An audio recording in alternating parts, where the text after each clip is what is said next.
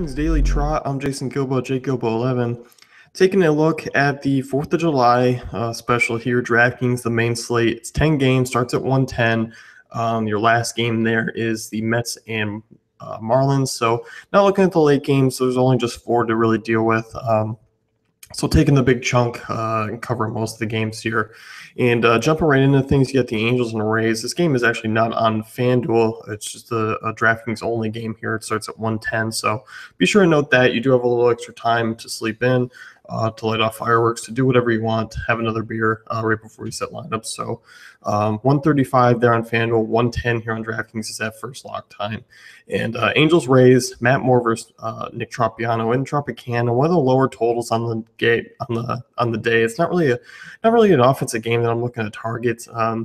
Obviously, you can look at some of the right-handed bats just because you look at Moore, very up and down. You're not really sure what you're going to get from him.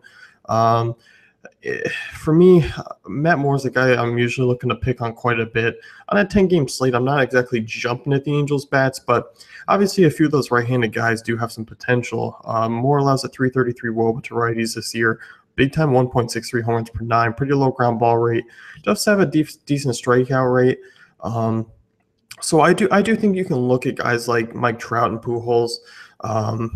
Yunel Escobar is only 3K. Hitting leadoff, I mean, if you get bad Matt Moore out there, you could have, 1 through 5 there be pretty successful. And obviously this Rays lineup Rays rotation is not quite the Red Sox where the Angels teed off on, but this is really an average offense that really doesn't give you a ton of production outside of the big names there. So Pujols is starting to come around, hasn't particularly hit lefties well over really the last few seasons. But at 4-1, he's obviously an intriguing option. We know he still has that power, so you can look his way. I think Trout's the only guy who I think you can take a look at. And Trout's actually pretty doable here today just because there's not a lot of high-priced pitching options. So that's one thing to consider.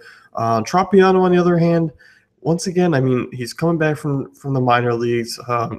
He was a guy who, you didn't really look to pick on. I think you can kind of be a little bit spotty here. I mean, obviously guys like Brad Miller, Logan Forsythe, Evan Longoria are kind of the only 3 in play for me. I mean, they're cheap, as many of these guys are. I mean, Corey Dickerson as well. Tropiano, I mean, pretty low ground ball rates. But overall, it's been fairly tough on both sides. I mean, I think overall you can just kind of look at really those top 4 guys. And I think this game's kind of more GPP territory, if anything.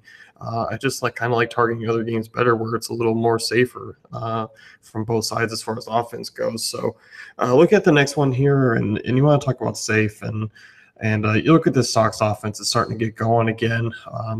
A solid day yesterday, and you're looking, they face another weak pitcher, Nick Martinez. Martinez is a guy who you can really look to target against from both sides of the plate. Been beat up by righties quite a bit, so you can look at Betts. I mean, obviously 5.4 is expensive, higher than Trout, but Betts obviously has a similar floor and ceiling at this point. I mean, yeah, Trout's arguably not arguably, he's the better player. But fantasy production-wise, Betts is in a better lineup that can produce around him, and that's the difference for me.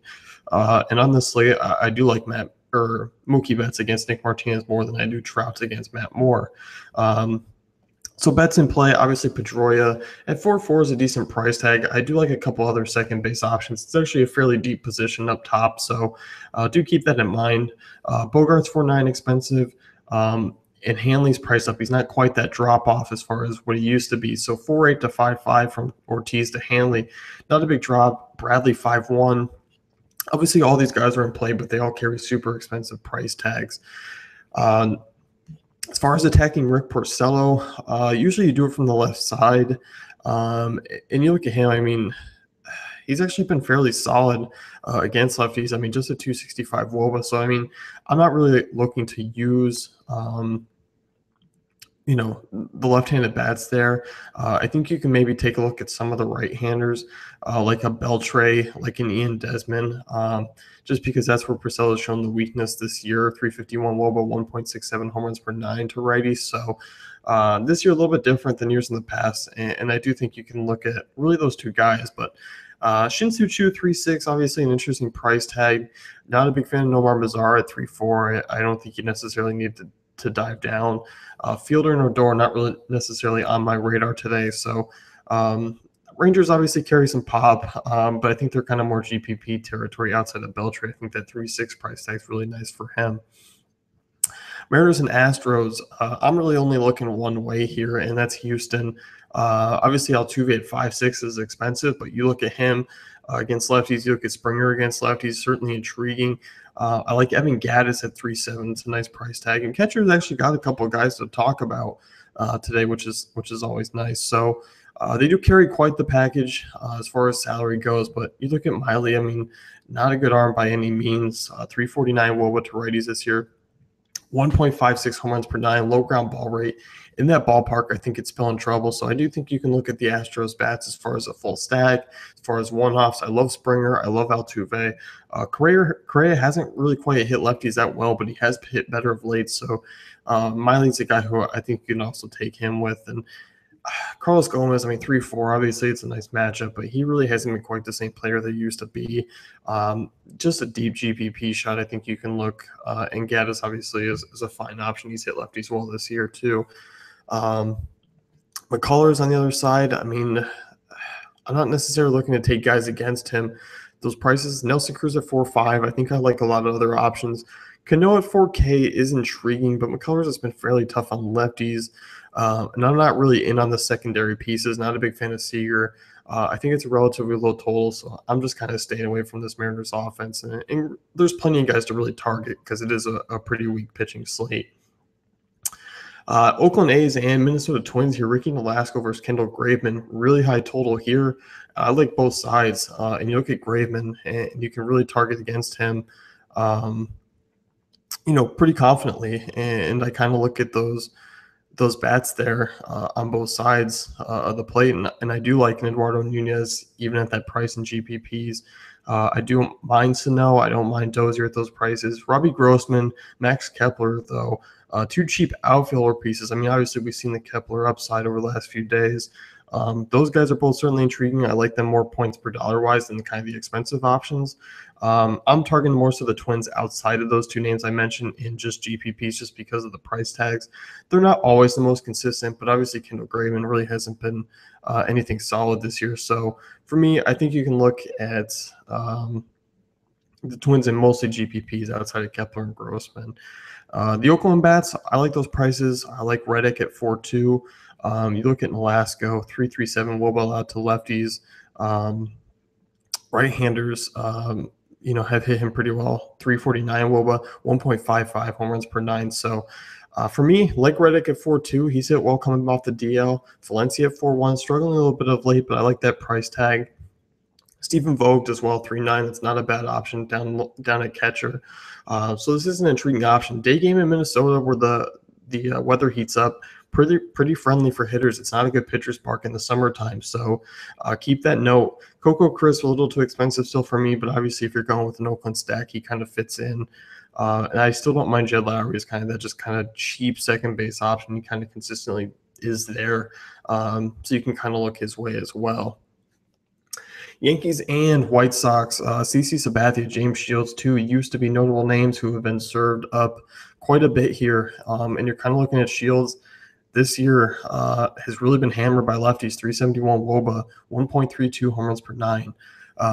Ellsbury, Gardner, McCann, Teixeira. Teixeira's been on an absolute tear, 3-1 for Teixeira. So if you want to get on that GPP action and hope he kind of continues his hot streak, I don't mind him in cash at the price tag. Obviously, I think it still carries a little bit more risk, but not necessarily killing you at 3-1. So you can definitely take a look at really all those guys in all formats against Shields. Not a big fan of Rodriguez, not a big fan of Castro. I think you're looking more so with the lefties. The White Sox bats, I do like those right-handers. I like Tim Anderson, who's been kind of the more consistent guy of late. Just 3.6 for him. That's not a bad price tag. Jose Abreu, 3.5. I know he hasn't quite been the same guy, but you also look at CC Sabathia, who's allowed 11 runs in over the last two starts. I'm not a big fan of his. We talked about the regression coming. So I do think you can look at some of these White Sox bats. They have been better against lefties and righties this season. Todd Frazier as well, some home run potential from him. Obviously, he's been the boomer bust situation as many of these Sox guys have had. So Anderson really the only cash game valuable guy here. I don't mind Abreu. I don't mind Frazier. I don't mind Lowry.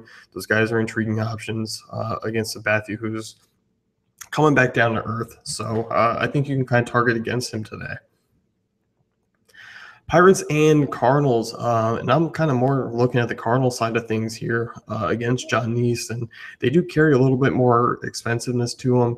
Letus Diaz is 4-9, but we know his upside. Same thing with Matt Holliday against lefties. I don't mind that.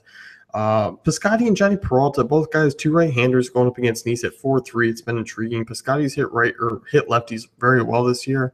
And you just look at Neese, 383 WOBA allowed. 2.11 home runs per nine to right-handed bats. So those Cardinals bats are really intriguing. I even don't mind the lefty for Carpenter. Obviously, it's expensive. It's just the GPP play for me because I'd rather have Altuve. Obviously, you can use Carpenter at third base, but I still kind of like Chris Bryant better there. So I think Carpenter's going to be just kind of a swerve off those bigger names. So you can definitely look at those guys. Neese, really not a great arm. A lot of home run potential there for some of those Cardinals bats. A lot of kind of extra base hit power. So definitely looking there. Not really looking to pick on Carlos Martinez with this Pirates offense that's really struggling. So they were kind of just off the grid, and I think you can kind of stay away there. Cubs and Reds back in Wrigley. Kyle Hendricks is a guy I like a lot today. He's going to be a cash game guy for me. So immediately not looking at the Reds. Looking at these Cubs bats, though, I like them quite a bit. Looking at Zobrist at 4-4, it's intriguing. Bryant at 5-3, so I think they're pretty solid options against Reed, who really hasn't been that great. Obviously, a really small sample size, but 48% hard ball rate to right-handers, 3.38 home runs per nine. So I think overall you can look at Reed as just kind of a targetable guy to get a stack against. And guys like Wilson Contreras are intriguing options. A Bays, an Edison Russell, those right-handers I'm really targeting against. And Rizzo's handled lefties well, so I think you can look at Rizzo from the left side as well. So definitely kind of pick on Reed here. I think that's what you can do with the Cubs offense. And they come in as kind of, one of my top three options as far as offensive targets. Braves and Phillies, this next one here, Joel De La Cruz versus Gerard Eckhoff. And I like pick on Joel De La Cruz. I like this Phillies offense. Herrera is expensive at 4-7, but definitely worth it.